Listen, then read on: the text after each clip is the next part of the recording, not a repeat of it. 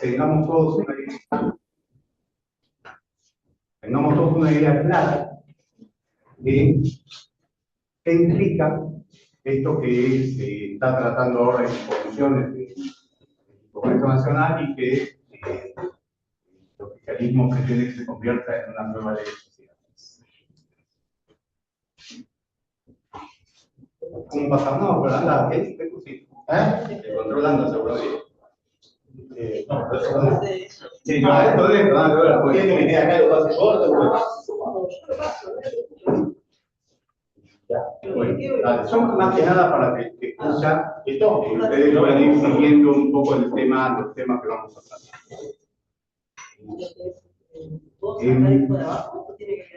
Subido, ahí está.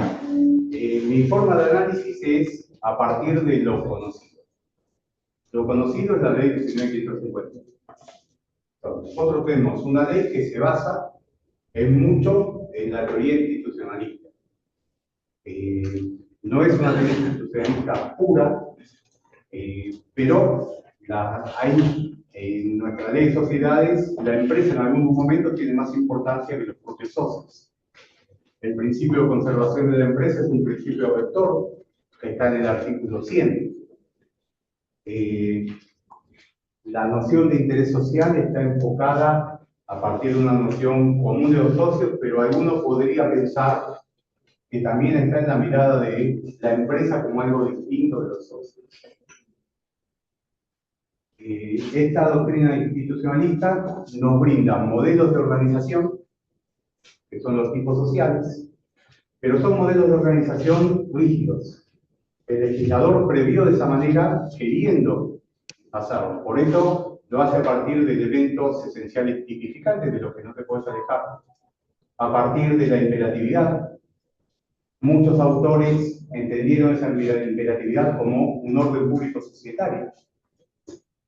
Con el paso del tiempo, la posición doctrinaria mayoritaria pasó a decir, no, hay imperatividad, pero no hay orden público societario. Pero siempre quedaba claro que estábamos lejos de la autonomía de la voluntad.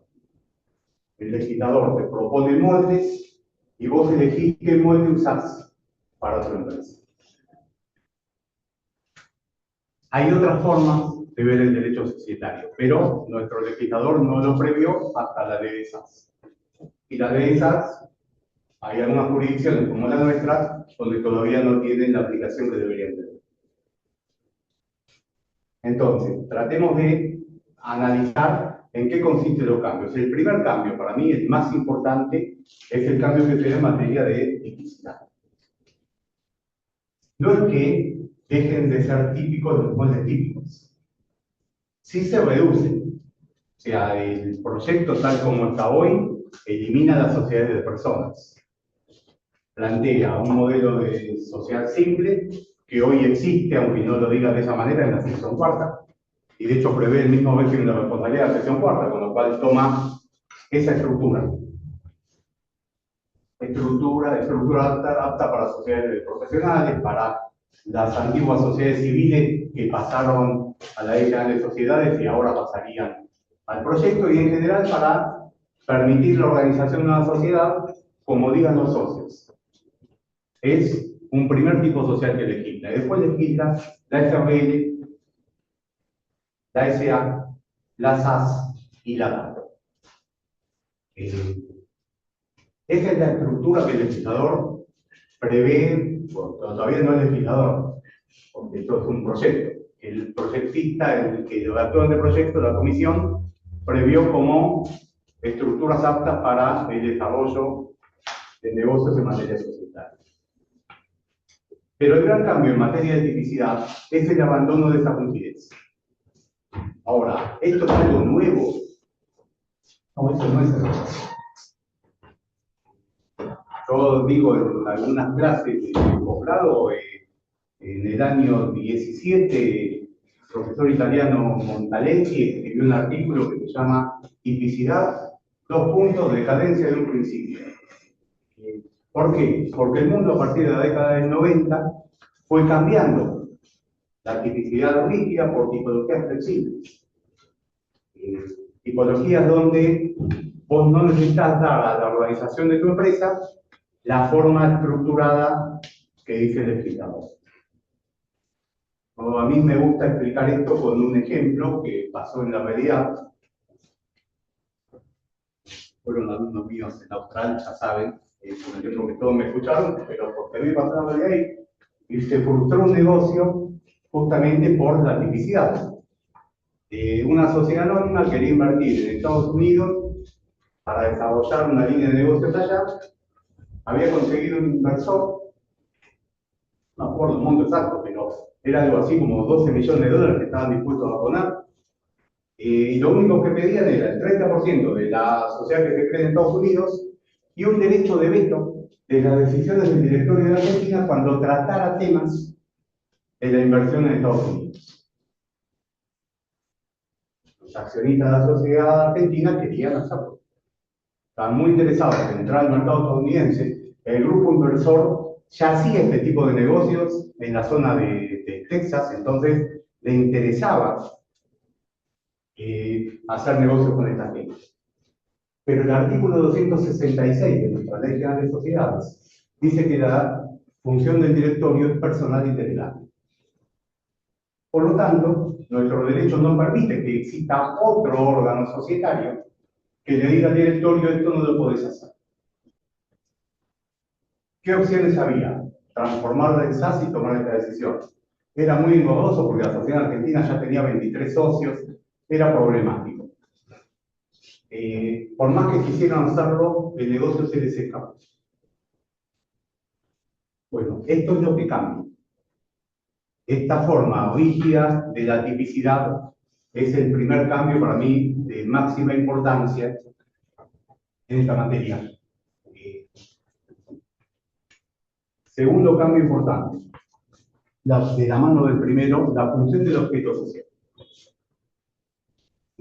Todos habremos estudiado en algún momento la doctrina de Ultraviles, todos habrán leído en algún momento el principio de especialidad. Hay una posición que dice que el objeto social limita la capacidad. El artículo 58 de nuestra ley general toma ese tema y dice que el que ejerce la representación obliga a la sociedad en todos aquellos actos que no sean notoriamente extraños al objeto social. Y el artículo 11 te dice que el objeto social tiene que ser preciso y determinado. Y en algún momento Nissen, como inspector general de justicia, dijo punto. Entonces, de ese paradigma venimos. La ley de SAT buscó cambiar esta idea rígida de que el objeto tiene que funcionar de esta manera, diciendo que puede incluir diversas actividades que no necesitan tener conexión entre sí. Los proyectos, los modelos internacionales de la OEA y de UNCITRAL decían no hace falta ni siquiera que sean distintas actividades inconexas. Perfectamente puede haber una sociedad que dentro de su objeto diga realizar cualquier actividad lícita. Pero claro, eso va contra el principio de especialidad. Entonces, la estructura actual no está permitida. El proyecto de ley de sociedades prevé la posibilidad de un objeto amplio e incluso llega a decir que si no dice específicamente qué puede hacer la sociedad, podrá hacer cualquier actividad. Con lo cual, la tipicidad se flexibiliza al máximo. El objeto social deja de ser un parámetro que se relacione con lo que la sociedad puede o no puede hacer. Estos dos grandes principios son cambiados por la autonomía de la voluntad. El artículo 2 de la ley sienta principios, cosa que nuestra ley actual no tiene una declaración de principios en materia societaria. Y el más importante es que el principio básico para estructurar una empresa con forma de sociedad es la autonomía de la voluntad. Y lo dice y lo repite, porque después dice, se va a entender que una norma en principio es supletoria. La imperatividad es excepcional. Si hay dudas entre si es imperativo o supletoria, es supletoria. Entonces, queda muy claro que el cambio es no tipicidad, no te va a decir el Estado cómo tenés que organizar tu empresa. La vas a organizar como vos quieras. En algún lugar hablé con alguien y decía, bueno, claro, todo es mucho más fácil. Pero no, no es más fácil.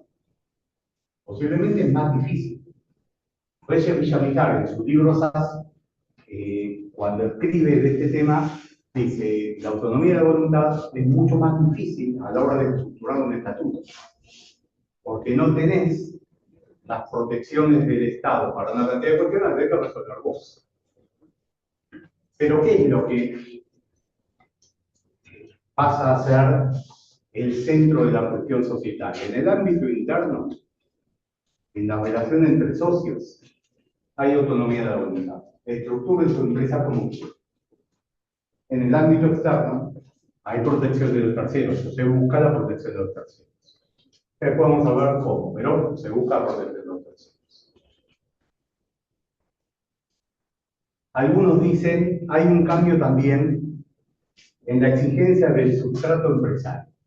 Es verdad, el artículo 1 de la ley actual, cuando define la actividad empresarial, dice la producción e intercambio de bienes o servicios. Y en realidad, el artículo 1 del proyecto de ley no hace esa referencia, porque permite realizar cualquier actividad. Entonces, no hace referencia específicamente al objeto empresarial. Comprendiendo cualquier otro tipo de actividad que sea de inversión, incluso alguno cuando comenta esto hace un paralelo con el artículo 14 de las sociedades automatizadas, no lo de proyectos, donde las actividades ni siquiera necesitan de una organización con humanos. Pero bueno, sobre eso va a hablar Gisela.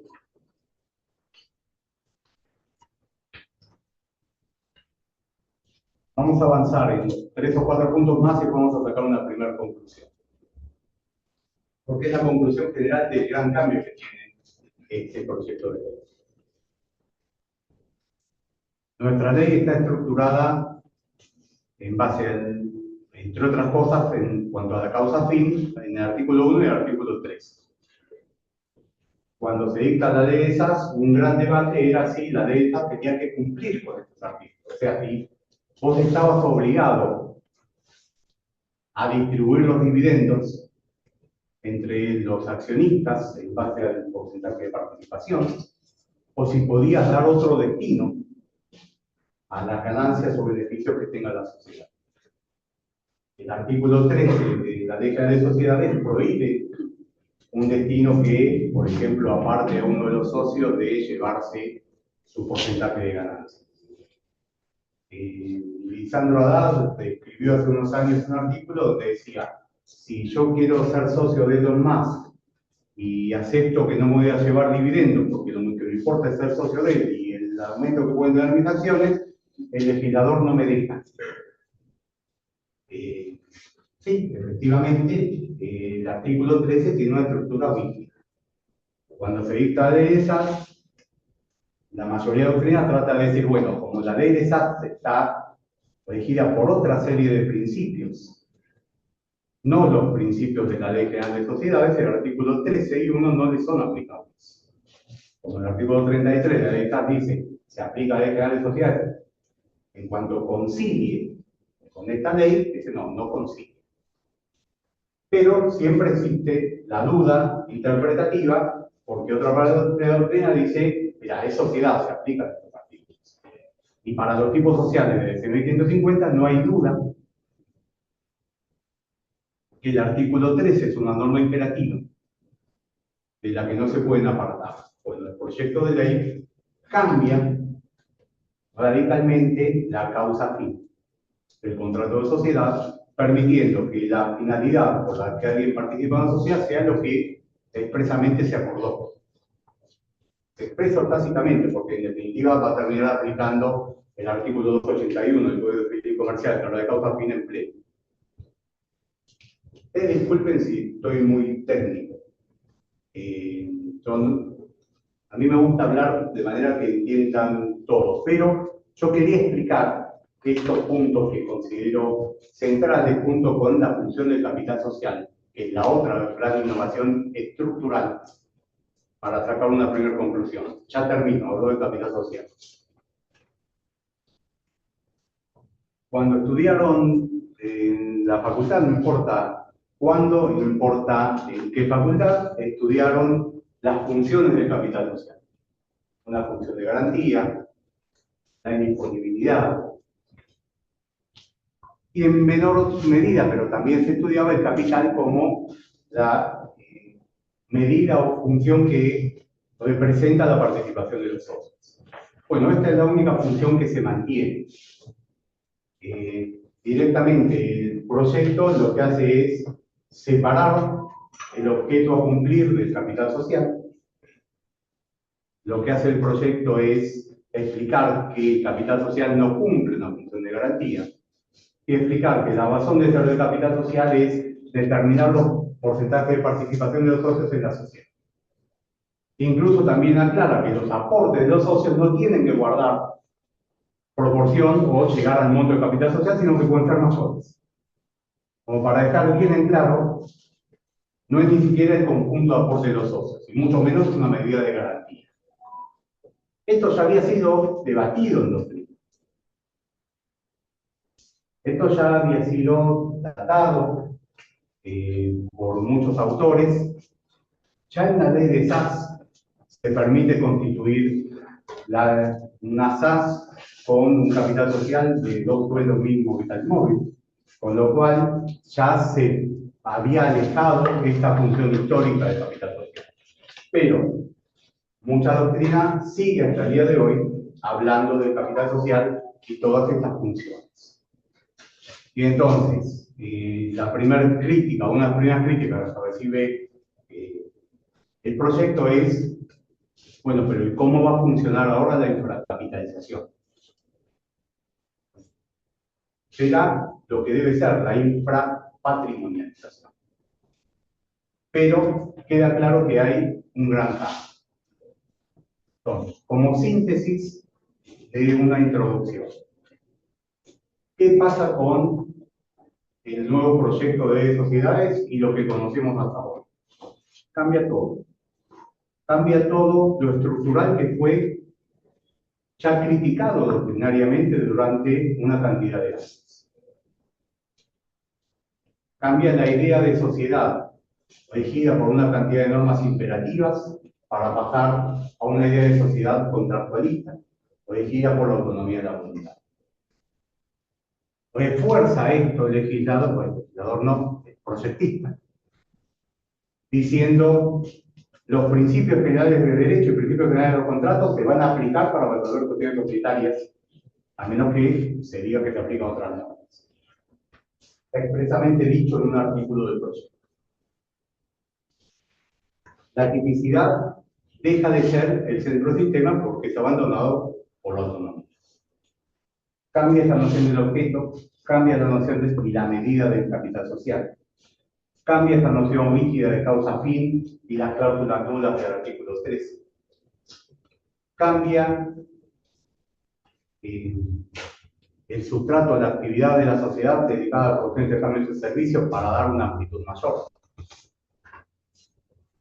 En definitiva, se aleja de un modelo donde el Estado te dice cómo tenés que crear una empresa para permitir que el empresario contractualmente organice la forma de empresa que entienda que necesita. ¿Por qué no pasó antes? Si alguien invierte dinero, bienes, para realizar una actividad empresarial, ¿por qué no le daba la forma que quería? ¿Por qué tenía que llegar al legislador que le decía, no, así no, lo tenés que hacer de esta otra manera? Tiene que administrar un directorio y tiene que representar el presidente del directorio. Porque en realidad todo el sistema societario viene, desde que nace la sociedad anónima, de una estructura donde el primer sistema de autorización de personalidad jurídica de la sociedad anónima fue el de concesión. donde el rey autorizaba y daba personalidad jurídica a una sociedad y lo hacía arbitrariamente. ¿Por qué? Porque necesitaba conseguir fondos que no lo podían conseguir de otra manera a partir de la inversión de personas, entonces la limitación a la personalidad y la personalidad diferenciada la concedía extraordinariamente para ese procedimiento. Evidentemente, reminiscencias de aquel sistema y lo que siguió habiendo hasta el día de hoy tienen su importancia. Y luego, la forma de pensar de la academia, de muchos doctrinarios argentinos. Mientras en nuestro país se entiende que la autonomía de la voluntad es abrir la puerta al fraude, desde la década del 90 y antes, en distintas partes del mundo, es el sistema que rige. Y entonces, cuando se dicta ley de SAS, que es nuestra primera mirada a una sociedad que tiene limitación de la responsabilidad, autonomía de la voluntad, personalidad jurídica diferenciada, las palabras, por ejemplo, de Nissen eran: esto es un invento de Macri o los Panama Papers para esconder su plata en sociedades fantasmas. Lo escribió un libro negrito que dice eso, que para mí fue el momento en que dice, que para mí era el doctrinario que más me gustaba, dejó de trabajar de doctrinario y empezó a trabajar de político. No con esto hablo bien de Macri. Las SAS existían en Francia en 1994.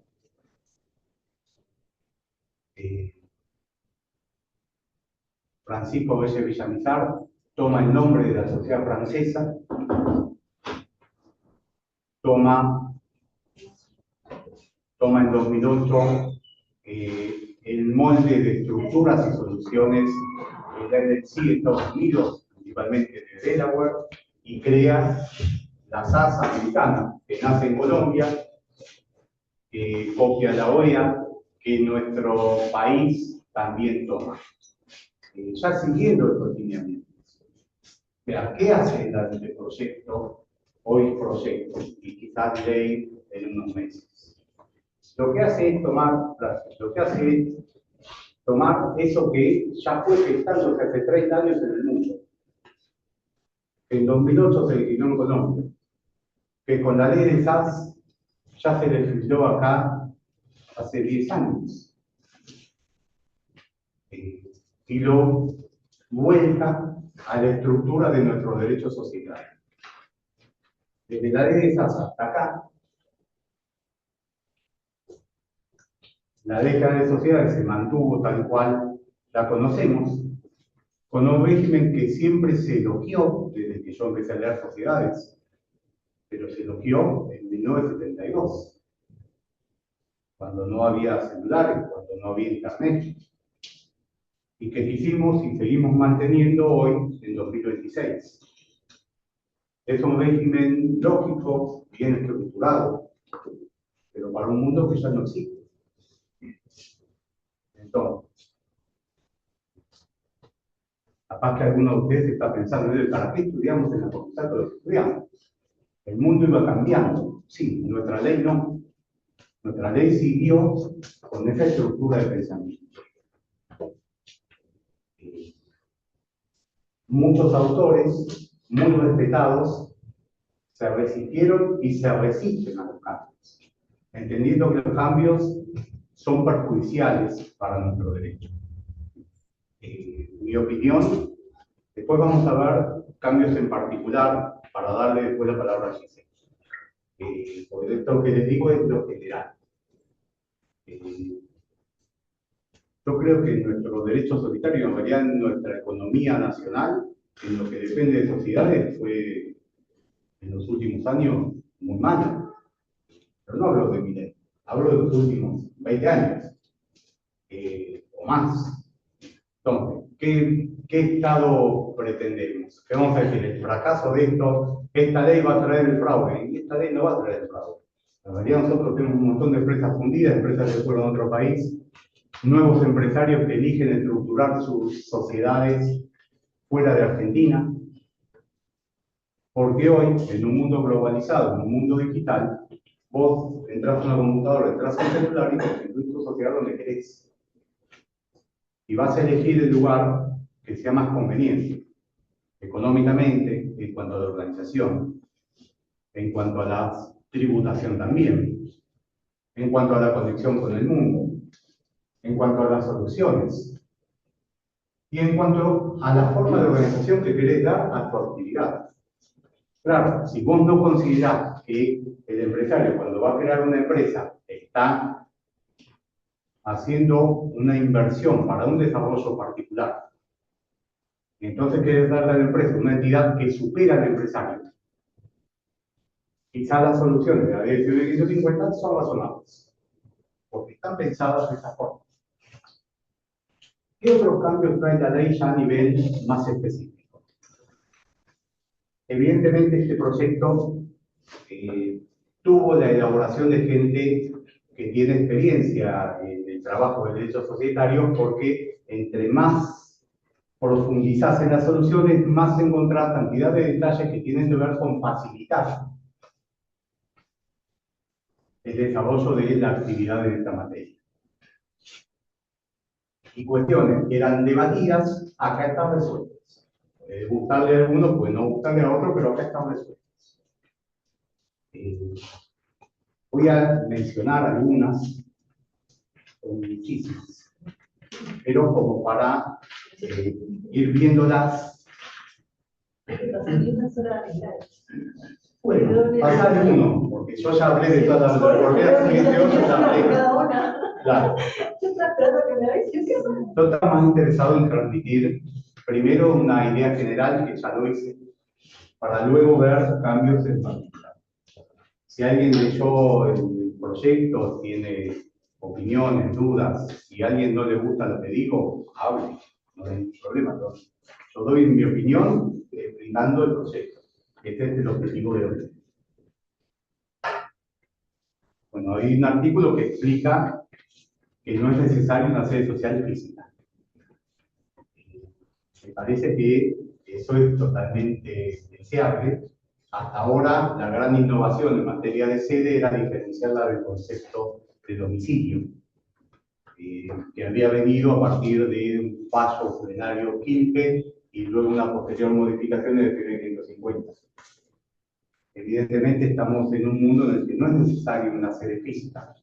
Hay mucha gente que desarrolla actividades económicas sin un lugar específico. Y sin embargo, frente a una sociedad tienen que poner una sede física. Y pondrán la de su casa. Pero la realidad es que creo que no es necesario y que está muy bien este cambio. Ayorn, bueno, permite que una acción tenga privilegio y preferencia a la vez. Y los artículos actuales, 216 y 217, no permiten las dos cosas a la vez. No sé si está bien o está mal. En materia de SAS, esto ya existe. Aunque el proyecto es más limitativo que la SAS, porque sigue manteniendo la pluralidad de votos en 5 votos cuando la SAS no tiene límite de votos. La SAS actual. Legisla las acciones sectoriales. Las acciones sectoriales sirven para el desarrollo de actividades económicas cuando en una empresa se necesita o se pretende, por ejemplo, desarrollar una unidad de negocios y se incorpora socios a esa unidad, sin que sean socios del total. La doctrina argentina ya había escrito sobre esto. Hay trabajos, los más importantes son los de Richard y Fujimi, son los que más escribieron de esto, escribían juntos. Hay un buen trabajo también de Molina Sandoval.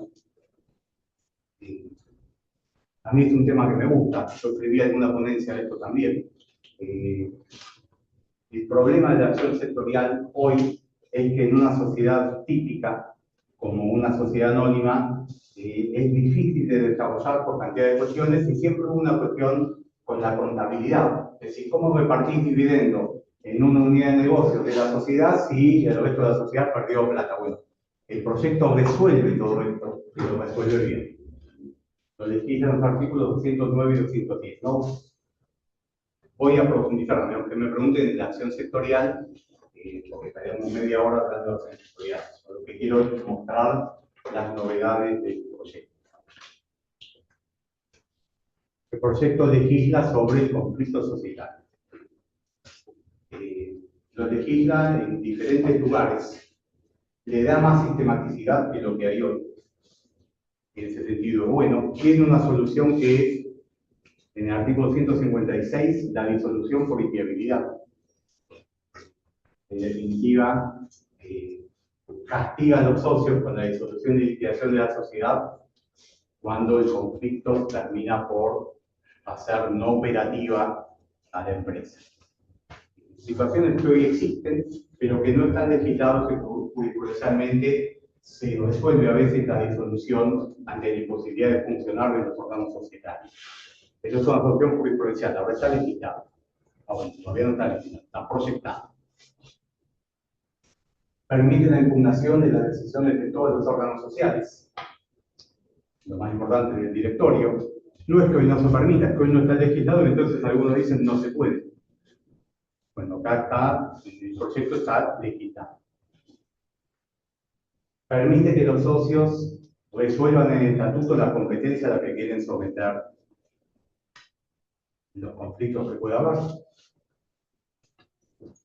Arbitral, pero jurisdiccional. Permite elegir la ley a la que quieren someter la resolución de sus conflictos, a nivel nacional o a nivel internacional. Y para mí lo mejor que tiene en materia de conflicto es que dice que un pacto de socios, o acuerdo de comunicación, como quieran llamarlo, firmado por todos los socios y notificado de modo que afecta a la sociedad, es oponible a la sociedad. Hoy, cuando vos creas una sociedad, solés proponer a los clientes escribir un acuerdo de accionistas, un pacto de socios. Darle ese pacto fuerza de contrato y para fijar reglas del funcionamiento de la sociedad. Roles, acuerdos generales, políticas de dividendo, políticas ante situaciones de venta de la mayoría, políticas de endeudamiento, políticas para la elección de directorios, políticas para la resolución de conflictos. Pero estos acuerdos de socios jurisprudencialmente no son oponibles a la sociedad, se los llama contratos parasocietarios. En otros derechos sí son oponibles a la sociedad. Por ejemplo, en el derecho inglés son oponibles a la sociedad y la sociedad puede firmarlos. En nuestro derecho se negó siempre la posibilidad de que la sociedad sea parte de estos contratos porque no hacen a la actividad ni al objeto de la sociedad.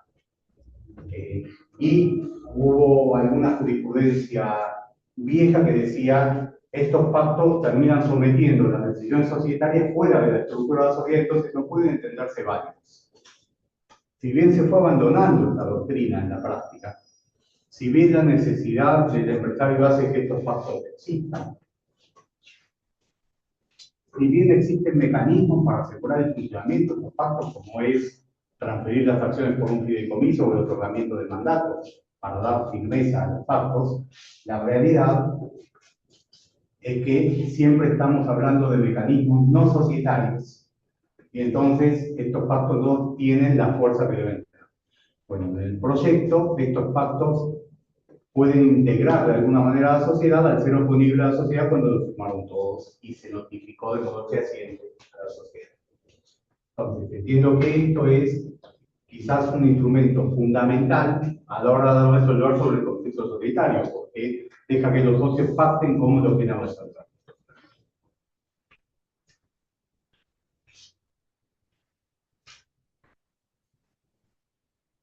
Prevé, por ejemplo, cuando prevé la acción individual de responsabilidad, resuelve una cuestión que es controvertida en jurisprudencia. La acción individual es la que un accionista o un tercero puede promover contra uno o más directores por el daño que produce en su patrimonio. Jurisprudencialmente hay más de 10 posiciones sobre qué es lo que puede reclamar, pero las dos más grandes, es decir, solo puede reclamar el daño directo que la acción del director provoca en su patrimonio, y otra que dice no, como nuestro derecho de daño se centra en el daño, si el daño es indirecto, igual lo puede reclamar. Por ejemplo, el accionar de un director que provoca una pérdida en la sociedad y la baja del valor de las acciones, la baja del valor de las acciones como consecuencia de la pérdida de la sociedad. Es un daño indirecto. Para esta posición, diría hoy, puede iniciar un juicio de acción individual de responsabilidad contra el director porque sus acciones bajaron a partir del perjuicio que provocó en la sociedad. Bueno, la acción individual, tal como está proyectada, no permite iniciar juicio contra el director por daños indirectos. De manera que el daño indirecto generará una acción social de responsabilidad para que el director resarza a la sociedad. Y el marco de la acción individual queda restringido al daño que el director produjo directamente en el patrimonio del accionista o del tercero. Son cosas importantes que son debatidas hoy, que generan doctrina contradictoria a través del tiempo, y que es muy bueno que el que proyecta esta ley lo haya considerado y lo haya escrito, porque entonces resuelve una cuestión compleja en la práctica, porque las dos posiciones tenían razonabilidad, y ahora queda aclarado. Encuentro mucho de eso en este proyecto de ley, y a mí me gusta. Más allá de si me gusta la solución, me gusta que haya un panorama más seguro en cuestiones controvertidas. Admite la cadena de sociedades unipersonales, cosa que ustedes saben que el artículo 1 de nuestra ley no lo permite. Resuelve cuestiones de la intervención judicial que hoy son materia de controversia, básicamente dos. No la declara más accesoria a la acción de remoción. Hoy también existe esto cuando vos pedís intervención por el Código de Procedimientos. Pero el artículo 103 y siguiente de sociedades lo considera accesoria a la acción de remoción. Bueno, acá dice ya no es accesoria a la acción de remoción, con lo cual es una cautelar que se puede usar cuando uno considera. Y a su vez, cuando el interventor es coadministrador, le da un derecho de veto. Cosa que considero muy importante, porque igualar a un coadministrador con los administradores societarios hace que muchas veces quede en minoría, con lo cual, ¿para qué sirvió nombrar a un coadministrador? Depende de la mayor o menor habilidad del juez a la hora, o del que proyecta el despacho en tribunales a la hora de otorgar la medida. Que a veces sale bien y a veces no. Acá, al estar aclarado, soluciona una cantidad de cuestiones. No me meto en las cuestiones de tecnología, porque esta lo va a hablar Giselle, y para dedicar unos últimos minutos a otras cuestiones que creo que son importantes. Trata el tema de los grupos de sociedades. Nuestro derecho actual no trata el grupo, solo trata las relaciones de control, solo trata el abuso en la relación de control y de disponibilidad, pero no trata el grupo. Acá sí, e introduce la noción de interés de grupo, permitiendo que se tomen decisiones en favor del grupo económico siempre que se compense a las sociedades individuales del grupo que puedan verse perjudicadas. Esta es una tendencia que ya sigue el derecho de otros países. Alemania lo tiene legislado ya hace muchos años y con mucha especificidad. No es que yo maneje tanto derecho alemán, lo escribió Manóvil en su libro de grupos hace muchos años. Entonces, creo que es una solución razonable, que por otra parte muestra la realidad de una empresa. En un mundo globalizado, las empresas de un determinado tamaño ya están en diferentes países y pretender que en cada país van a tener un interés distinto sin considerar el interés de su casa matriz es irrazonable. De esta manera queda solucionada la cuestión. En materia de la responsabilidad de los administradores, introduce la Business Judgment Rule, que es la regla de excepcionalidad. Específicamente, lo dice de esta manera: el administrador que actúe de buena fe y sin privilegiar intereses ajenos al social, ni actuando en interés personal en el asunto objeto de decisión, con información suficiente, que es la base de esta regla, y con arreglo a un procedimiento de decisión adecuado, no incurre responsabilidad. Esto es la manera en la que se explicita algo que igual alguna jurisprudencia nacional fue empezando a aplicar, y alguna doctrina nacional fue desarrollando. Yo el primero que vi que escribió de esto fue Martín Abdala, y lo escribió muy bien. Desde ahí que me empezó a interesar el tema. Lorenzo Schneider escribió de esto muy bien. Yo siguiendo a ellos también escribí algo, pero siguiendo lo que ellos habían escrito. Mientras otra parte de la doctrina entendía que esta regla no era aplicable a nuestro derecho, porque nuestro derecho requiere el artículo 59, que plantea un modelo abstracto al que hay que seguir, y por lo tanto la responsabilidad del directorio se va a medir por la confrontación con un modelo ideal. Acá claramente se está canalizando de una manera adecuada el deber de diligencia. Si actúas de buena fe, razonablemente, desde la sociedad, si te valés de información razonable, adecuada para tomar una decisión, no te puede generar esto una responsabilidad personal. Muchas veces se dijo, el administrador administra el riesgo empresario. Tiene que tomar decisiones y no puede garantizar un resultado. Si vamos a confrontar cada cosa que hace con un modelo ideal, cualquier cosa que salga mal es todo totalmente. Entonces me parece un cambio fundamental de introducir esta regla expresamente legislada ahora, bueno, ahora no, una vez que este proyecto sea ley para nuestro derecho. Creo igual que ya es aplicable, pero es aplicable a partir de una interpretación, no porque lo diga nuestra ley. Prevé la digitalización como un camino, plantea 2 años. Se debatió en San Juan la semana pasada si esto es realizable. Si registralmente es realizable la digitalización en 2 años en diferentes provincias. La opinión de Julia Figueroa Rey, que es experta en todo tema de legislación, es que es imposible. Pero bueno, me gusta igual que lo digan. Vamos a ese camino. Pues bueno, no podemos escapar de quiénes somos y de la realidad de un país con provincias que no tienen el mismo grado de protección. Y ojo que nosotros somos de las peores. Digo, por ustedes capaz están pensando en otros sectores, pero no, nosotros somos de los más atrasados. En mi opinión, estos son los cambios más importantes que trae el proyecto junto con las cuestiones de tecnología, que son fundamentales, pero que la va a desarrollar si se. El objetivo era un pantallazo general, que fue la introducción, un punteo, porque no es otra cosa, de temas para profundizar en lo que quieran o en nada, y luego escuchar los cambios en materia de tecnología que están proyectables. Digo, bueno, gracias, Giselle. Voy a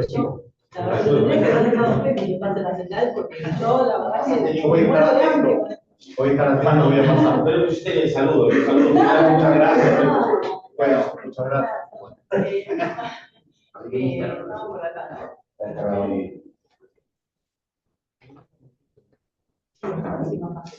Dámelo que todo.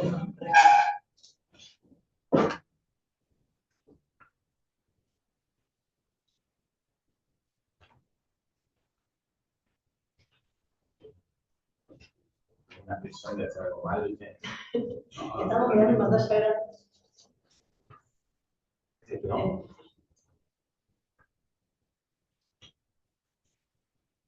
Como la salió, estaba en la fotografía de Canva.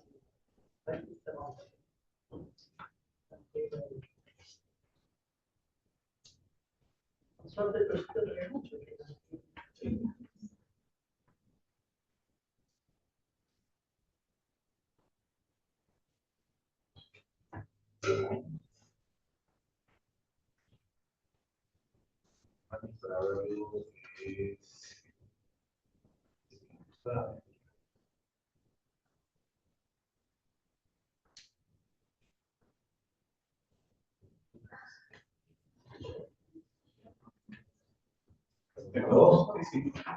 ¿Estamos bien? Estamos. Bueno, un poco siguiendo lo que decía Cristian, la idea era traerles la parte general y también lo que es la intersección de todo esto con la parte tecnológica, que es bastante fuerte en la ley. De hecho, el mensaje de elevación lo dice de manera clara y expresa, y vemos que en cada uno de los regímenes, en distintas secciones, va incorporando progresivamente distintas capas de tecnología. La pregunta central y un poco como para comenzar, ¿no? el análisis de esto era, bueno, ¿hasta dónde se puede transformar una sociedad sin dejar de ser sociedad? Se habló bastante de todo esto en los medios, salió la nota de Milei, la contestación de Harari, y bueno, un poco, más allá de que no es el punto central desde lo jurídico, la idea era empezar desde acá y ver que en realidad el proyecto hace como incorpora pautas progresivas de desplazamiento e intervención humana para delegarlas a distintos grados de tecnología. Alerta spoiler, no hay sociedades sin personas, así que todo lo que vamos a ver es otra cosa, pero bueno, sí es verdad que hay un desplazamiento de la participación de las personas humanas dentro de lo que es la organización de la sociedad. El primer grado, digamos, o el primer punto tiene que ver con lo operativo, cuando la persona humana todavía decide, pero hay una cantidad de tecnologías que ejecutan acciones, operaciones diarias o cotidianas de cada una de las empresas. Avanza un poquito más y pasa ya a lo que es la faceta quizás un poquito más administrativa, y ya la tecnología no es que solo ejecuta, sino que pasa a asistir a la persona que está administrando esa sociedad e interviene en ese proceso de toma de decisiones. Avanza un poquito más luego y ya dice, bueno, además de esto podemos automatizar la manera en que esta organización toma decisiones y las ejecuta. Entonces, empezamos que puede hacer, pero no decidir, puede ayudar a decidir, o puede participar del proceso de decisión de manera activa. Y yo les puse como último punto la singularidad, en realidad que no está en la ley, pero como el último grado, en lo que yo entiendo que puede ser el cambio del sustrato de manera determinante, que tiene que ver con que por detrás de todos estos grados, hoy, hasta que por lo menos la tecnología no encuentre el grado de la singularidad y haya alguna computadora que pueda tener un interés distinto del humano, por detrás de todo esto hay personas humanas de carbono que deciden, que tienen intereses, que tienen necesidades, más allá del grado de automatización que le apliquen a esa organización que los convoca.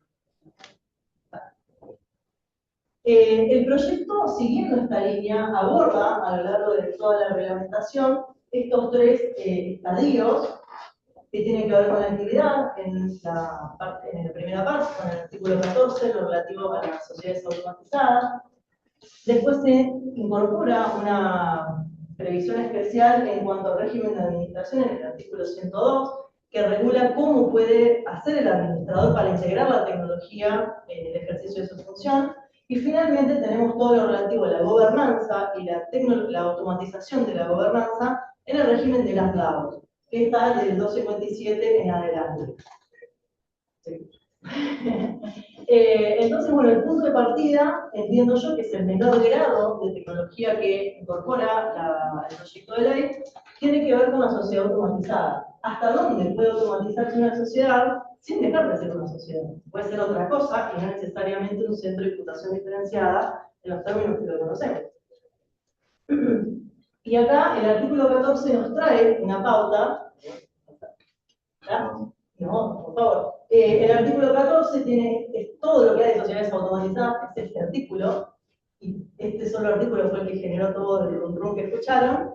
Y lo que dice es que cualquiera de los tipos puede desarrollar su objeto social mediante la tecnología, de manera con sistemas algorítmicos autónomos, agentes de inteligencia artificial, sin requerir de trabajadores en relación de dependencia ni recursos humanos, no sé cómo les pasó eso, para su operación ordinaria, se la consideraba una sociedad automatizada. Hay que incorporar eso en la denominación social y aclara que la sociedad automatizada responde con su patrimonio frente a terceros por los daños causados por sus sistemas algorítmicos autónomos o agentes de inteligencia artificial. Esto es todo el régimen que trae la ley. Y entonces vemos que en su diseño el proyectista no genera un tipo social nuevo, una tipología nueva. Lo que hace es generar una capa multitipo. Es un poncho que uno le pone a distintas sociedades, a distintos tipos, de manera tal que cualquier tipo social se puede convertir en una automatizada. Esto significa que la estructura de base de esa sociedad que uno pretende automatizar va a subsistir. Si es una anónima, seguirá teniendo asamblea y directorio. Si es una SRL, seguirá teniendo gerencia de socios. Con todas las pautas que implica eso, en términos de responsabilidad y demás, al menos en todo lo que sea imperativo para cada uno de esos regímenes. También nos pone nos delimita esto en cuanto al alcance, porque lo dice claro, lo que permite automatizar es la actividad. Habla del objeto social, bueno, ahí podemos discutir si objeto, si actividad, ya lo veremos después en algún congreso. Lo cierto es que lo que permite automatizar es la actividad, pero no la organización. Como les decía, los órganos siguen siendo los mismos, que el tipo de base, si es la anónima automatizada, serán esos. Y aclara esto de que se habló bastante también en San Juan, de, bueno, en particular sobre este tema de responsabilidad. La responsabilidad, en definitiva, más allá de lo que podamos analizar desde este agregado, sigue siendo humana. ¿En qué sentido? Que por detrás sigue habiendo personas que pueden prescindir de trabajadores, pero no va a poder prescindir de accionistas o de socios, o bien de administradores. De hecho, como vamos a ver luego, cuando habla de administradores, si el administrador es una persona jurídica, la ley exige que haya una persona humana, con lo cual siempre hay anclado en todo el sistema la responsabilidad, la imputabilidad en algún punto en personas humanas. Y bueno, un poco veíamos que decíamos que la realidad del 14 habla de la actividad, no permite tomar decisiones. No estaba bien esa tabla. Son mucho mejor que yo con esto, Entonces se me ocurrió como decir, bueno, ¿qué implica? ¿Cómo podemos interpretar esto de decir que automatiza pero no tiene poder de agencia, no toma decisiones según el artículo 14?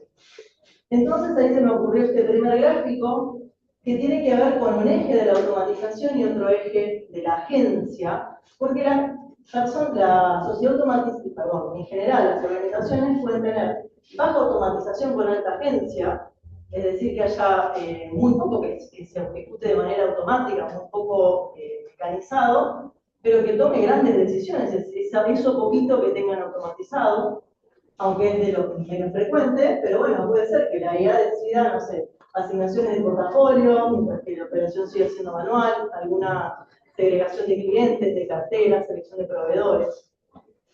Puede ser que tenga baja automatización y baja agencia, que es la mayoría de las pymes que tenemos nosotros en nuestro país.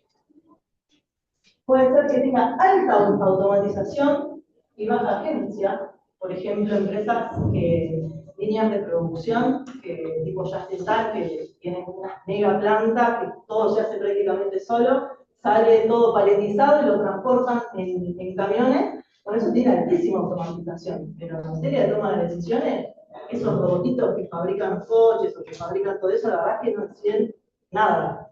De hecho, casi la versión mecanizada del sistema bien fordista puro, de una actividad muy chiquita para cada uno. Y puede haber también alta automatización y alta agencia, es decir, sistemas que estén altamente automatizados y que también tomen decisiones profundas para la empresa. ¿Qué me pasó cuando empecé con este gráfico y intentaba entender para dónde iba el artículo 14? Me pasaba que no me alcanzaba para entender el alcance que tenía, porque automatización y agencia no son los únicos pautas que nos permiten entender la actividad de la sociedad. Y ahí pasé a la evolución de este gráfico, de hecho este ni siquiera lo había publicado, a este, que son 3 aristas. Y tiene que ver con la agencia, la automatización y la organicidad. Porque como estas sociedades van a seguir teniendo la estructura básica del tipo que hayan elegido y sobre el que se aplique la automatización, va a seguir persistiendo la estructura orgánica como entendida como el conjunto de pasos o de procedimientos que tienen que llevarse adelante para que la decisión de la pluralidad se impute a la persona diferenciada. Puede ser diferente, puede ser una asamblea, puede ser un directorio, puede ser otra cosa y no tener nada que ver con esto, pero hay una cantidad de pasos que hay que cumplir para que eso se impute a la sociedad. Entonces, a partir de eso, empecé a trabajar en esta idea que nos da, la verdad es que uno podría usarlo como para diagnosticar el grado de automatización y agencia y delegación que tiene cada empresa, pero bueno, la idea era mostrarles distintas combinaciones básicas, ahí sí pasamos, que tiene que ver con, se rompió el gráfico, pero está marcado el 3 por debajo.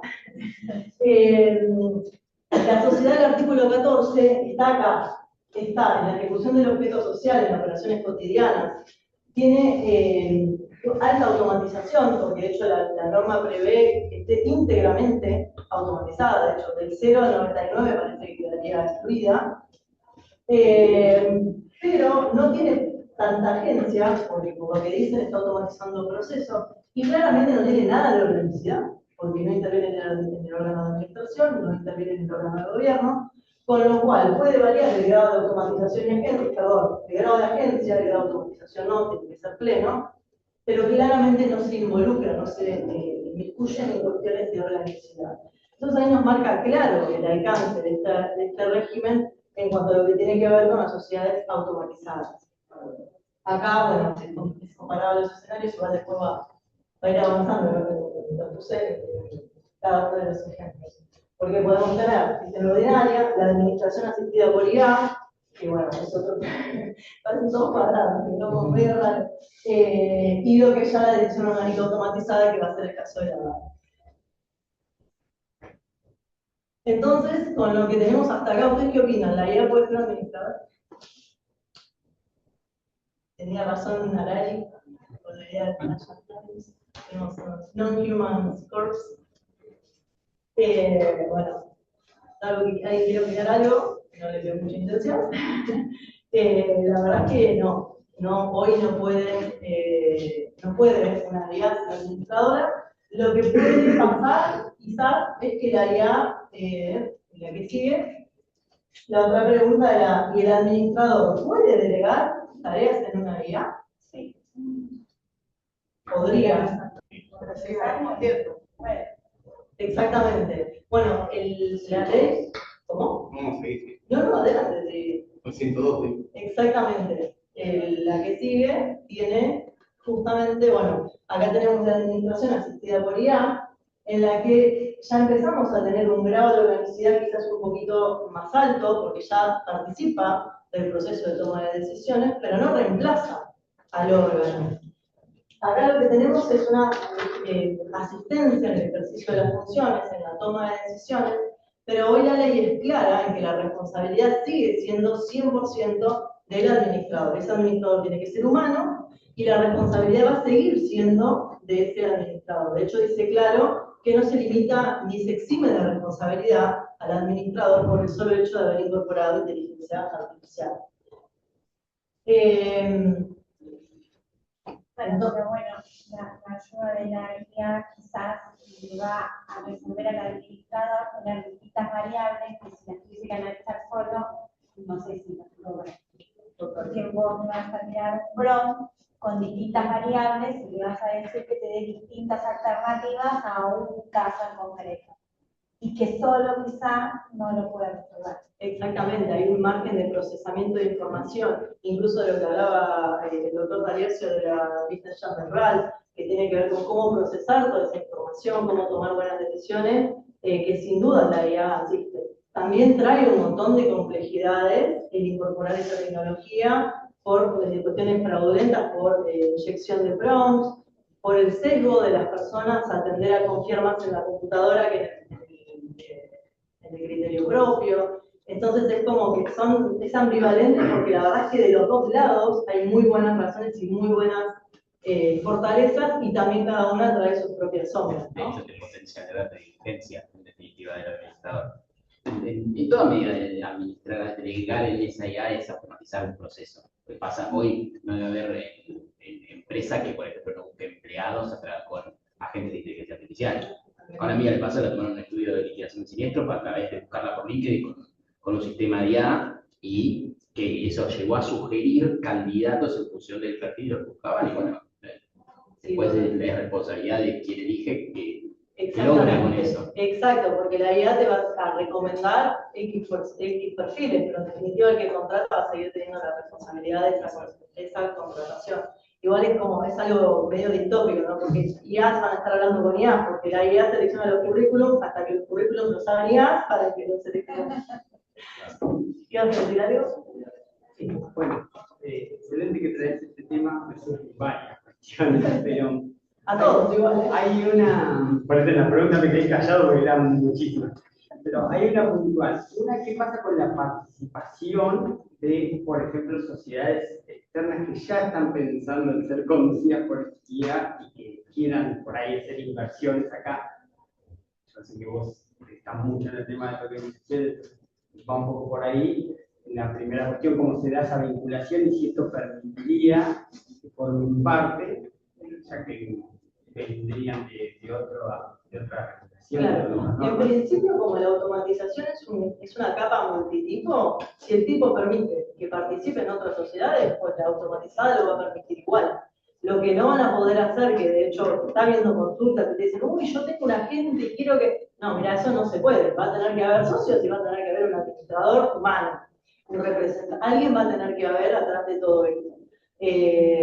Con lo cual, digamos, la posibilidad está, pueden participar otras empresas de la automatizada y la automatizada puede participar de otras sociedades en la medida que su tipo lo permita, que el proyecto lo permite libremente, incluso el encargamiento del personal. Quizás no dicho, como hablábamos allá afuera de las automatizadas, no dice para qué hay que diferenciar a la sociedad automatizada. Va a tener beneficios muy positivos, va a tener una mayor carga impositiva. ¿Por qué hay necesidad de distinguir la sociedad automatizada de la no? Puede invertir en otra porque sigue siendo una sociedad típica con el agregado automatizado. Exacto. Hoy no hay ninguna sanción ni ningún incentivo favorable o desfavorable para hacer una automatizada.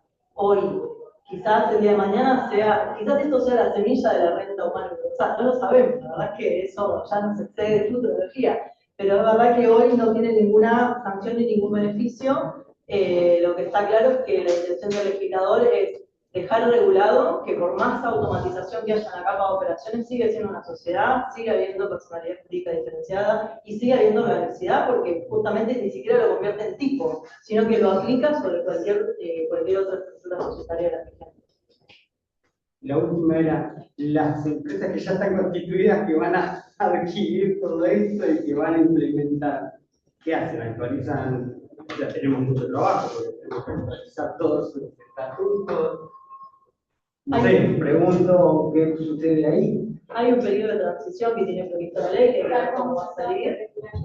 Y en otras cuestiones, por ejemplo, en esto, si la sociedad es de uno de los tipos que queda habilitado, por ejemplo, es una anónima, es una SAD, bueno, pues, y cumple con las demás cuestiones, no tiene que readecuar ninguna otra cuestión, puede aplicar a agregar esta capa de automatización sin ninguna restricción.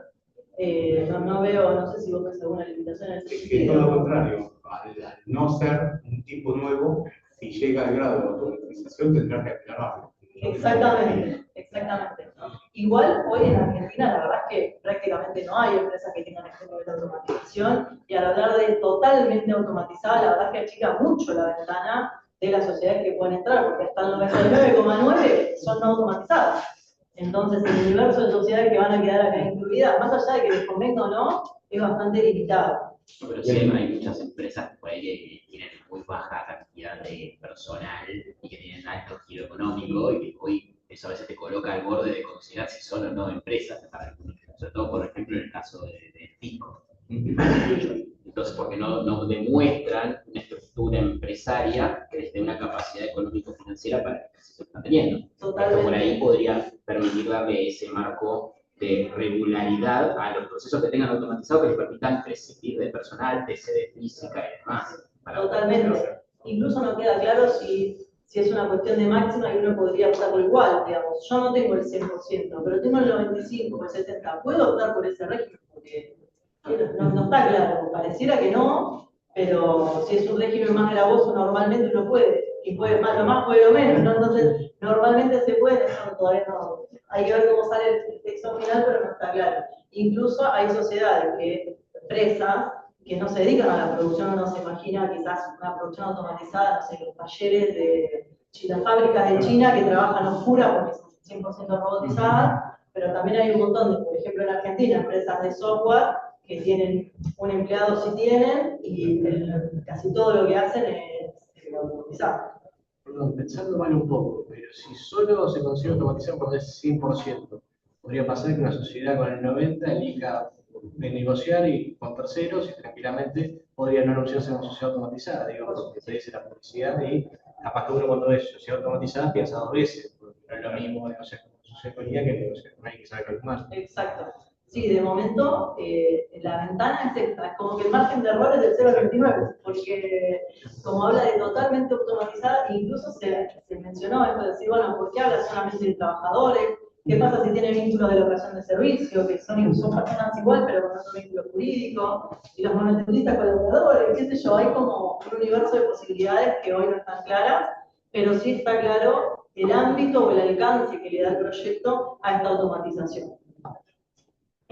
Volviendo a lo que es la función del administrador y la incorporación de la inteligencia artificial en la función del administrador, la ley lo incorpora dentro del órgano, pero el órgano subsiste, sigue habiendo un órgano de administración con las mismas responsabilidades, con las mismas funcionalidades que ya tenía. Lo que le permite es desarrollar funciones operativas o la adopción de decisiones, así lo dice tal cual la ley, por lo cual vemos que es un grado superior de automatización o de participación en la sociedad con respecto al artículo 14. Porque el artículo 14 está claro que es actividad, pero acá ya habla de funciones operativas, que es lo que ya teníamos, y adopción de decisiones. Entonces, avanza un pasito más y dice, bueno, podés usar también esto. Algunos dicen, no hace falta ni que lo diga, en realidad es una tecnología más, no haría falta que agregue, que fue como decir, usar Excel. ¿Por qué tendría que declarar que usar el Excel? Bueno, la responsabilidad sigue siendo subjetiva, el proyecto de ley aclara de manera expresa que la responsabilidad de los administradores es subjetiva, la pone en cabeza del administrador y justamente aclara de manera rotunda que el uso de la IA no exime ni limita esa responsabilidad para el administrador, con lo cual el administrador sigue siendo una persona humana y sigue teniendo la misma responsabilidad que tenía en cualquier tipo de sociedad o incluso si no tuviera, no hiciera uso de la inteligencia artificial.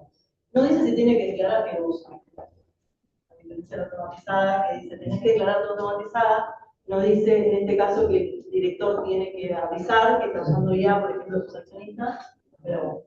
Y el estándar que prevé de cómo tiene que llevar adelante esta actividad,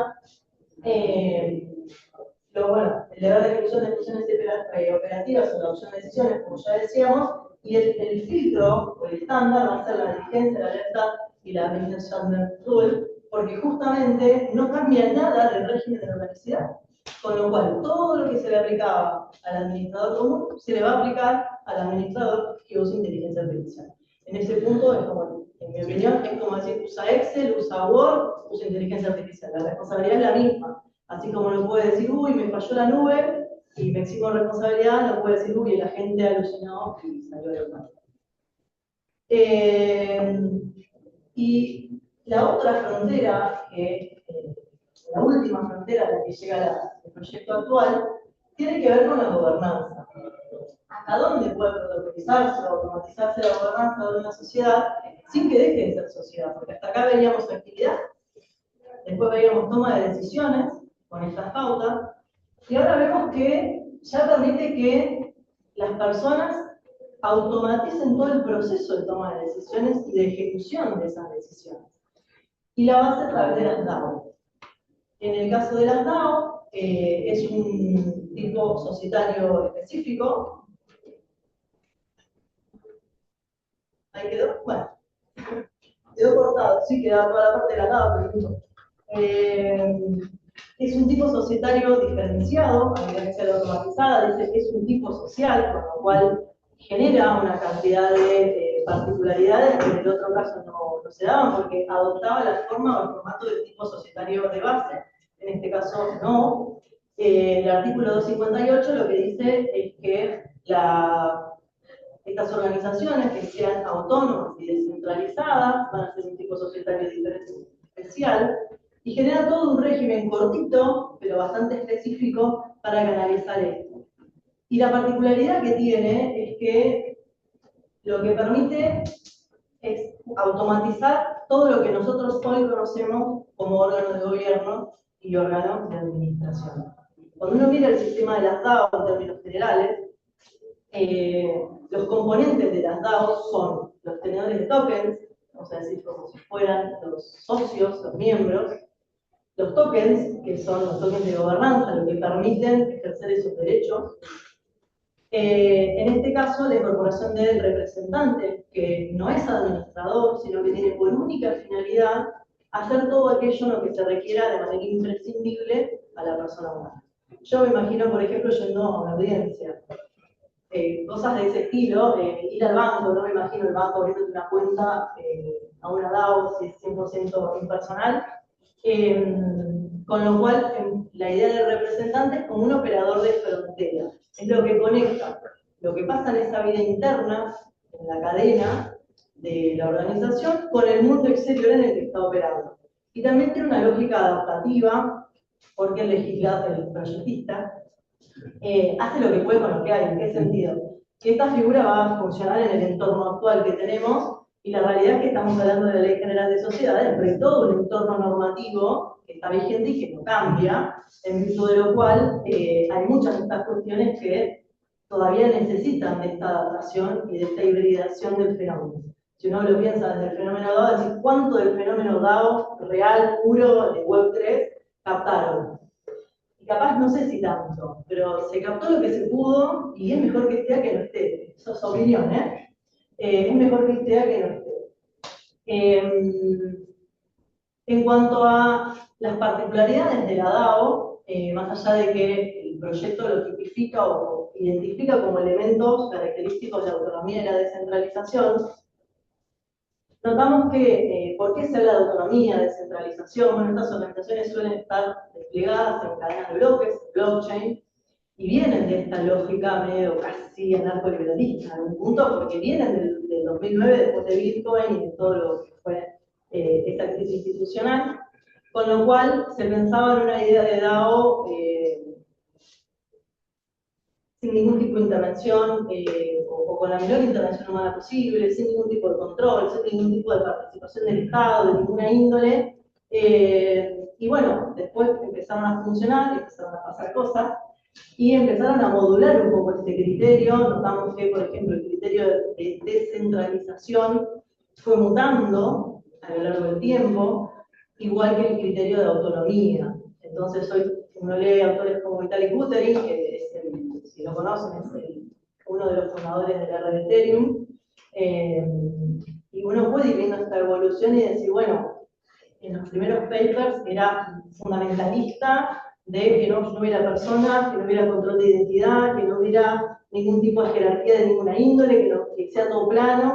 Y bueno, este criterio fue mutando hasta los criterios más actuales, donde esto ya está un poquito más modulado, ya es como, bueno, prácticamente empezaron a tener problemas de captación de votos, problemas de alteración de la decisión, cosas que también pasaron en la anónima, y por eso salió la regulación que salió, por ejemplo, de las anónimas. Cuestiones de movimientos de acciones previo a la votación, que hacían que hubiera alguna persona que pudiera alterar esa voluntad social. Entonces notamos que eso empezó a modularse y que son pautas que depende de la organización se pueden dar en mayor o menor medida. Son graduales, son características de la organización, pero no son la organización. Se puede ser más o menos descentralizada, puede ser más o menos autónoma. ¿Y de qué va a depender? De cómo se distribuya el control y de cómo se delegue a ese protocolo, o cuánto se delegue a ese protocolo de la ejecución. Lo más novedoso, o lo más distintivo de la DAO, en mi opinión, es que logra resolver un problema que entiendo que en otro momento no se pudo resolver por cuestiones tecnológicas, que es que permite que las personas que son las propietarias de ese patrimonio puedan ejecutar de manera directa la decisión que toman en plural. Hoy, en una sociedad anónima, la asamblea toma la decisión, se la traslada al director, el director la ejecuta, confiando con los deberes que le impone la ley de libertad de financiero. En la DAO esto no ocurre, porque en la DAO los tenedores de tokens toman una decisión, vamos a invertir en el proyecto A, y si se dan las condiciones que se previeron para que sea válida esa decisión, el protocolo, el programa, el software, de manera automatizada, cuando se cumple la condición, ejecuta esa decisión. Entonces no hay una disociación entre el patrimonio y la administración, porque las mismas personas reúnen los dos roles en la misma unidad. El token le da derecho a gobernar y a administrar a la vez. Y esta es, en mi opinión, la característica tipificante que tiene la DAO, en realidad no la descentralización y la autonomía, pero más allá de eso, y aunque no lo regula el código como un elemento tipificante, sí lo trae a través de lo que es el protocolo. Entonces el proyecto plantea primero que es la DAO y le da una relevancia bastante importante al protocolo en cuanto a lo que tiene que regular, a lo que tiene que inscribir, a lo que tiene que estar vigente y disponible para las partes. Genera ahí quizás un par de confusiones que espero se mejore en el debate legislativo.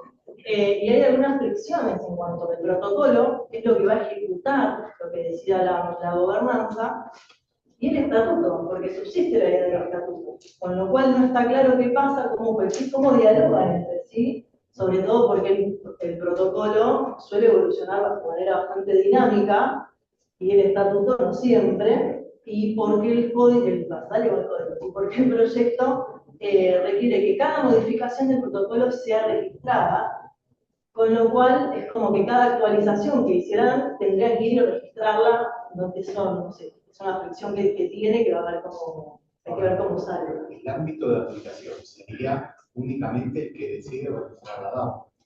Sí. Vos elegís que tu DAO sea como está hasta hoy, queda fuera de la ley. Entiendo que sí, por lo menos no va a ser una sociedad en los términos del régimen actual, con lo cual lo más probable es que no tenga los beneficios de la personalidad diferenciada, de la restricción de la limitación de la responsabilidad, que quizás los beneficios que no quieren. En la práctica, la verdad, cuando uno ve casos anteriores, el primer caso que pasó fue el caso de DAO, que básicamente explotaron una vulnerabilidad en ese smart contract y quisieron drenar una cantidad enorme de fondos. Se dieron, la comunidad se dio cuenta de que eso había ocurrido porque tiene la ventaja de que todo es público. Lo detectaron a tiempo y lo que hicieron fue una bifurcación de la cadena, es lo que motivó la doble cadena Ethereum, a la clase que era la actual.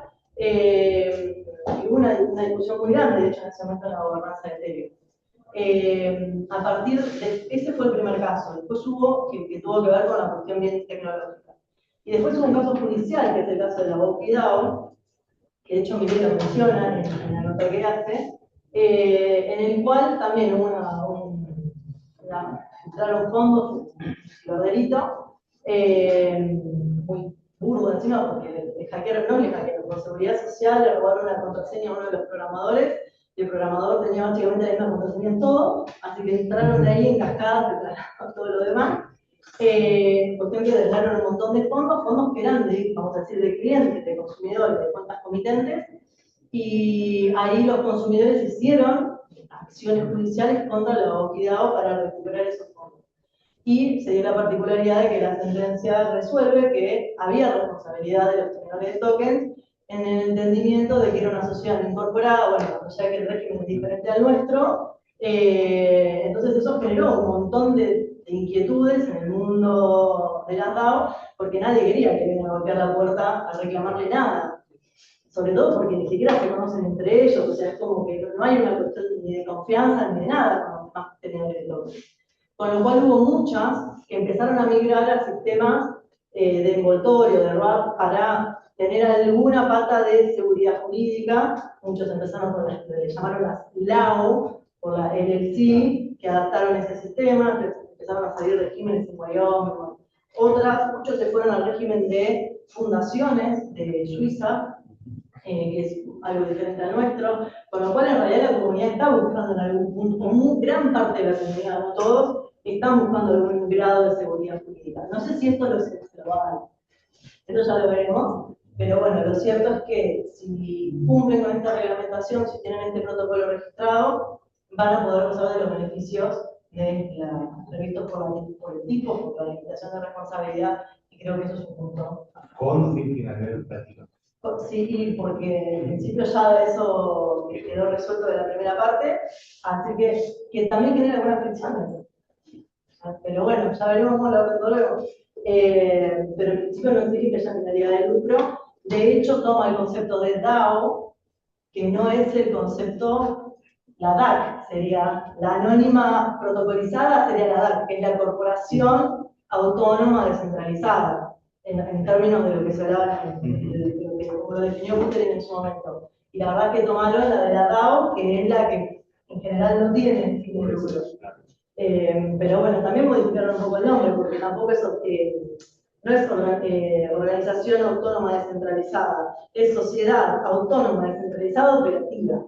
Es como que querían que tenga una O y buscar una palabra para que cuadre, pero bueno, nada. Veremos cómo funciona y a dónde nos lleva, por lo menos la tenemos y veremos cómo sale la versión final. Y bueno, eso es todo. Salvo que tengan alguna duda que quieran conversar. Todo muy nuevo, demasiado nuevo, ni siquiera existe todavía. Pero es bueno que lo charlemos, que lo podamos empezar a ver. Quizás podemos hacer, quizás podemos hacer en adelante alguna jornada donde invitemos más gente, incluso alguno de los que escribió el anteproyecto, incluso la venir, tanto como a mí, y tratar cuestiones específicas. Una de las que trató Gisela ahora, algunas de las que yo mencioné, tenemos otras que surjan ya, dedicando más tiempo, quizás media jornada, que tenga interés, y vayamos tratando, la facultad también tiene interés en que profundice, se estudie, se debata.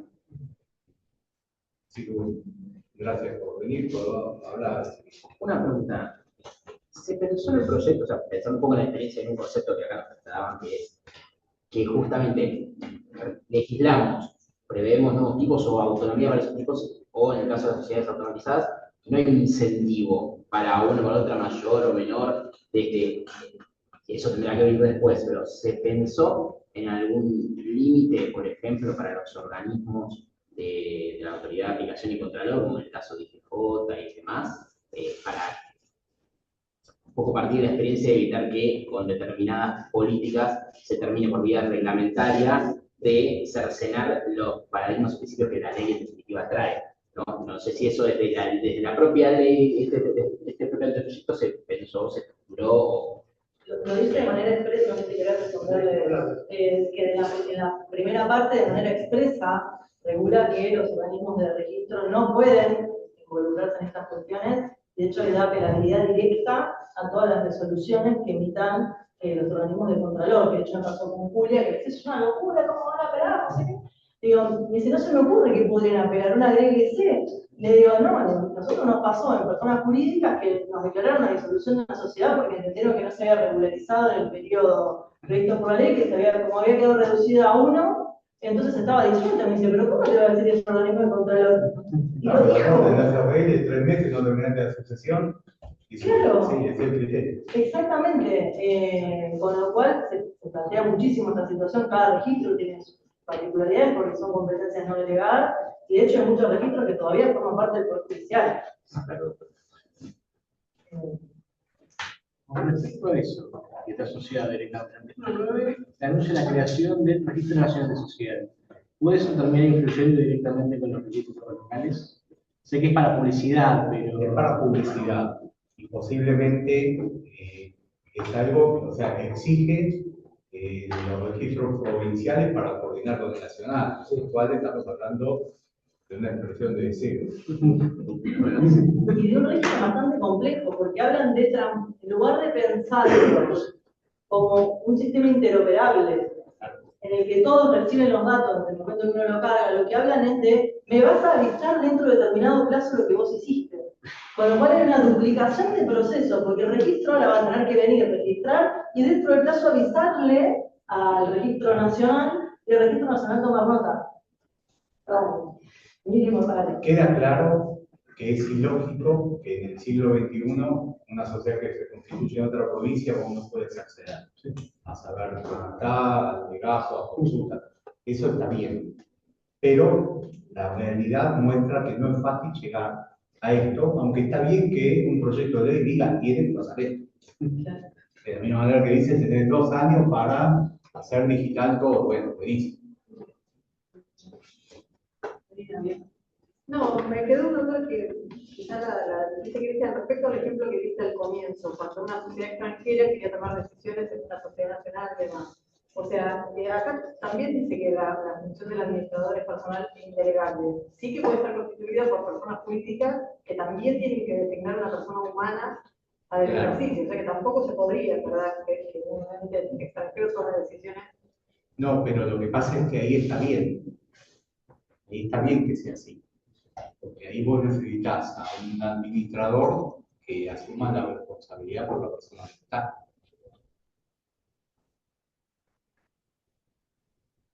No lo entiendo, perdón. ¿De qué artículo hablaste?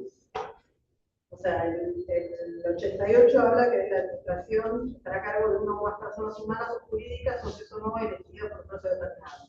Pero cuando es así, la persona jurídica tiene que elegir a un humano. Claro, exactamente. También dice, el cargo es personal e indelegable. O sea, ¿cómo podría una persona jurídica extranjera tomar una decisión en el órgano de la administración de una persona jurídica de una sociedad nacional? Creando otro órgano.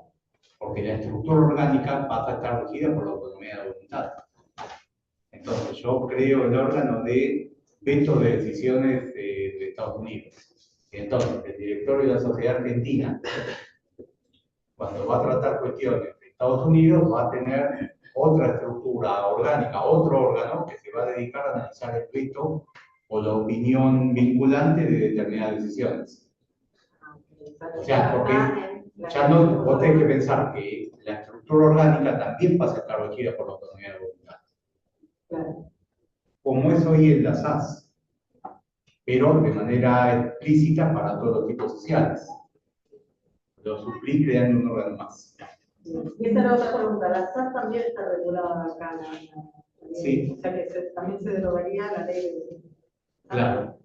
Está, lo que decían el otro día en San Juan, dice hay una sasificación de todos los tipos sociales. Incluso más consistente el tema de la administración con el límite de la responsabilidad, porque en el último artículo, en el 257 de la SAS, se dice que los representantes responden exclusivamente por los daños derivados de dolo, abuso de facultades o por violación de la ley, el estatuto o las instrucciones impartidas por el órgano competente.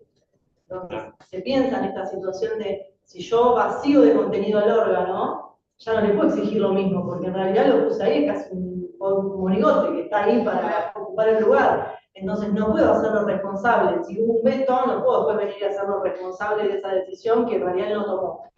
El alcance de la autonomía de la voluntad en el diseño de la estructura orgánica de la sociedad. Y en la DAO es igual, porque en realidad en la DAO ni siquiera administra. Es solamente un representante. No me quiero meter en líos de historia de debate jurídico societario, pero es casi un matante. Y sí, Es orgánico, porque está previsto como un es órgano de orgánico porque es representación. interno, pero no es la función externa de la representación de la administración y no la interna. Exacto. La toma de decisión se da por el método directo, que es orgánico hasta por ahí. Es una forma organicista porque es interna, pero no sé si llamaría orgánico. Y es dudoso. Se sale de lo que es el sistema de protección del socio minoritario, por ejemplo, la suspensión preferente y la prima de emisión, para pasar a que uno tenga que cuidarse al momento de y usar su poder negocial para el estatuto, para el comienzo. Hay una cantidad de normas que regulan cuestiones internas, pero si seguís la lógica del proyectista, lo hacen de manera supletoria. De manera que vos podés estructurar internamente como quieras. Ya nos pasa hoy en la SAS. Qué sé yo, el derecho a receso se aplica a la SAS. No está limitado. Vos le decís, acá no se aplica, no se aplica. Si querés legislar de otra manera, se lo legislar de otra manera. Perdón, regular contratamiento de otra manera, hacerlo de otra manera. Acá pasas a tener una autonomía también en el diseño del derecho y obligaciones de los socios. O sea, tiene su complejidad, pero la autonomía y la voluntad está en todo. Está en la estructura orgánica, está en el régimen de derechos de relaciones de los socios, está incluso en la normativa a aplicar que decidan los socios para el conflicto, pero también está en la posibilidad de ir fuera de la ley de sociedades al Código Civil y Comercial para aplicar los principios generales de contrato del código. O sea, fíjate que salí totalmente de un esquema de rigidez donde va a venir un estado protectorio de un minoritario. Claro, tenés una libertad para funcionar, una igualdad que luego se va a traducir en que cada sociedad va a ser diferente. Ojo, con las SAS debería ser así, pero la mayoría de las SAS se constituyen a través del modelo que presenta cada jurisdicción. La gran mayoría. Entonces esa autonomía de la voluntad termina no ejerciéndose de todo. Lo importante es que se puede ejercer. Después, si vos querés, el Estado dicta una cantidad de normas que van en auxilio del que no lo prohibió. Es más, hay diferentes formas de legislar lo no imperativo. Una es lo supletorio, directamente. Otra es, lo legislo de esta manera, a menos que vos digas otra cosa. Entonces, no es supletorio, es esto, pero vos podés pasar en contrario. Hay diferentes formas, en definitiva, el proyectista utiliza diferentes recursos, todos para indicar la reducción muy importante de la imperatividad de normas. Y el valor de los principios, porque que vos tengas ahora un artículo 2 que declara principios, vuelve sobre estas cuestiones de Alexis, de Dworkin, de la regla y el principio. Y entonces el principio tiene un valor de cuanto más se aplica, más importante es, con lo cual vas a encontrar seguramente en el futuro soluciones jurisprudenciales, soluciones doctrinarias, basadas no en una norma específica, sino en el principio. Cosa que nosotros hoy hacemos instintivamente, pero que no surge del texto de la ley. Que sería lo esperable en un régimen que pretende tener neutralidad tecnológica. Claro. Con esto que decías, está muy bueno el régimen registral de Córdoba, que cuando uno va a constituir la SAS puede elegir el modelo, tiene el modelo base, el modelo tipo, y también cláusulas críticas que ya están preaprobadas. Entonces como que tenés un menú ahí para armar, y decís, pongo receso, pongo esto, pongo lo otro, que también está bueno, como sin un traje totalmente a medida, porque no hay un abogado pensando en cómo adaptarla, le da cierta flexibilidad al modelo tipo.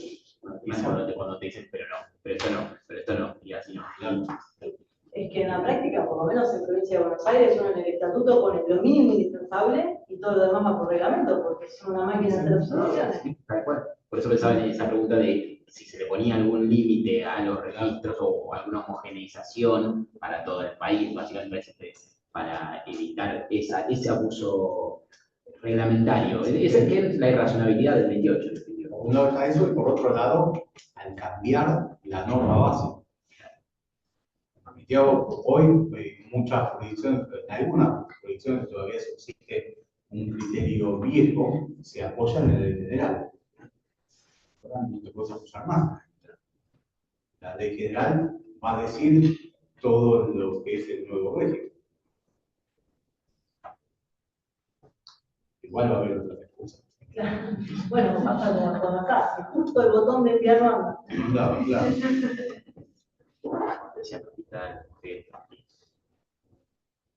Bueno, muchas gracias. Gracias.